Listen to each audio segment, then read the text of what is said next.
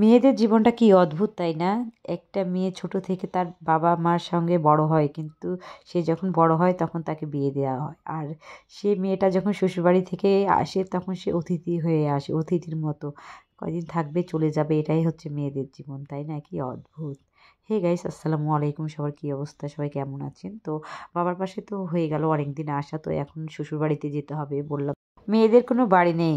মেয়ের আছে, শ্বশুরবাড়ি আছে, বাবারও আশা আছে, কিন্তু মেয়েদের কোনো বাড়ি নেই। আসলে মেয়েদের জীবনটাই এমন। তো এখন শ্বশুর বাসায় চলে যাবো, এই জন্য আমার আম্মা এই তো মাংস টাংস রান্না করতেছে, আর এদিকে রান্না করছে, রান্না টান্না শেষ। তো এখন রান্না করতেছে আন্ধাসা। আসলে চাঁপাইনবাবগঞ্জের মানুষ বলে আন্ধাসা, আসলে কেউ বলে পাকান, কেউ বলে তেল পিঠা। তো আপনাদের কে কোথায় থেকে দেখছেন আর আপনাদের আঞ্চলিক ভাষায় এই পিঠাকে কী বলে অবশ্যই কমেন্টে জানাবেন। আর তো আন্দাজা করতেছে, প্রথমে চালের গুঁড়া নিয়ে নিয়েছে, তারপরে চালের গুঁড়াটাকে আস্তে আস্তে পানি দিয়ে আসলে একটা ডো বানিয়েছিল, আর ডোটাতে আস্তে আস্তে এখন চিনি দিচ্ছে, আর বানানো হয়ে গেছে আমাদের ডো। এখন এই তো হালকা একটু পানি দিয়ে শুধু হাতটা ধুয়ে নিল। তারপরে এই তো যে ডাবুটা দিয়ে বানাবেন মানে চামচ, সেটা দিয়ে একটু নাড়তে হবে, আর তারপরে এই তো তেল গরম হয়ে গেলে এভাবে দিতে হবে।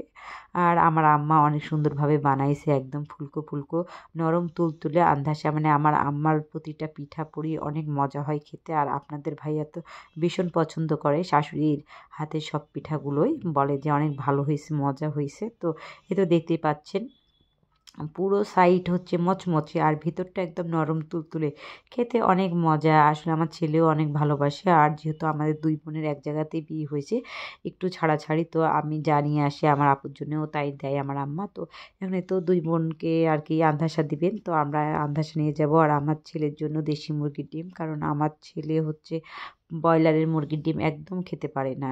মানে সিদ্ধ ডিম তো খেতেই পারে না, ব্রয়লার মুরগির ডিম শুধু ডিম পোচ খায়, তাছাড়া সে কিছুই খায় না। এই জন্য আমাকে মানে প্রতিবারই বাবার বাসা থেকে ডিম নিয়ে যেতে হয়। তো এবারও 25টা ডিম দিয়েছে, আমার আপুকে আগেই দিয়ে দিয়েছে, আর এখন আমি নিয়ে যাচ্ছি। মানে আমরা 3 বোন, আমার 3 বোনকে ডিম দেয় আমার আম্মারা, আর তারাও খায় আর কি। আর এই তো পিঠাগুলো দেখতেই পাচ্ছেন অনেক সুন্দরভাবে গোল গোল করে ভাজা হচ্ছে। আর কার কার খেতে ইচ্ছা করছে অবশ্যই কমেন্টে জানাবেন। আর এই শীতের পিঠা কে কে খেয়েছেন অবশ্যই জানাবেন। আর অনেক মানে গুলোই ভাজা হয়েছে, আরও কিছু ভাজতে হবে। আর এই তো দেখেন আমাদের কিছু ডিম ফ্রিজ আপ করা ছিল, আর কিছু টাটকা এগুলো আজকে দিয়েছে। আর এই তো আমার বাবা এগুলো আমাদেরকে সবগুলো মুড়াই দিবে প্যাকেটে। আসলে আর আমার ছেলে তো লাড়ালাড়ি শুরু করে দিয়েছে ডিম। আর এই তো আমি নিয়েও চলে এসেছি শ্বশুরবাড়ি। এই তো ডিম এইভাবে আমার আম্মা আমার বাবা ডিম দেয় আমাদেরকে।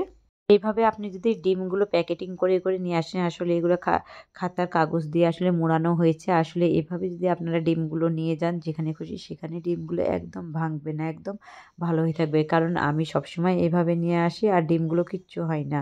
তো ডিমগুলো ফ্রিজে রেখে দিব। আর এই তো আমাদের দুই বোনের আন্দাসা, এগুলো আমার আন্দাসা আর আপুর এগুলো। আর আপুর মেয়ের জন্যে হচ্ছে তোড়ার জন্য আচার দিয়েছে, কারণ তোড়াদের আচারটা শেষ হয়ে গেছে এজন্যে। আর আমাদের আচার আছে এই জন্য আমি নিয়ে আসিনি। আর তোরা অনেক আমের আচার পছন্দ করে ওর নানির হাতে, এই জন্য নিয়ে আসা আর কি। আর এই তো আপুর বাসায় যেতে হবে তাদের জিনিসগুলো দিতে। আর এই তো আমাদেরগুলো এখানে। তো আজকের ভিডিওটা কেমন লাগলো অবশ্যই লাইক কমেন্টে একটু শেয়ার করে দিবেন। আর সবাইকে আল্লাহ হাফেজ। সবাই ভালো থাকবেন, সুস্থ থাকবেন। অনেক ফ্রেশ, একদম দেশি মুরগির ডিম।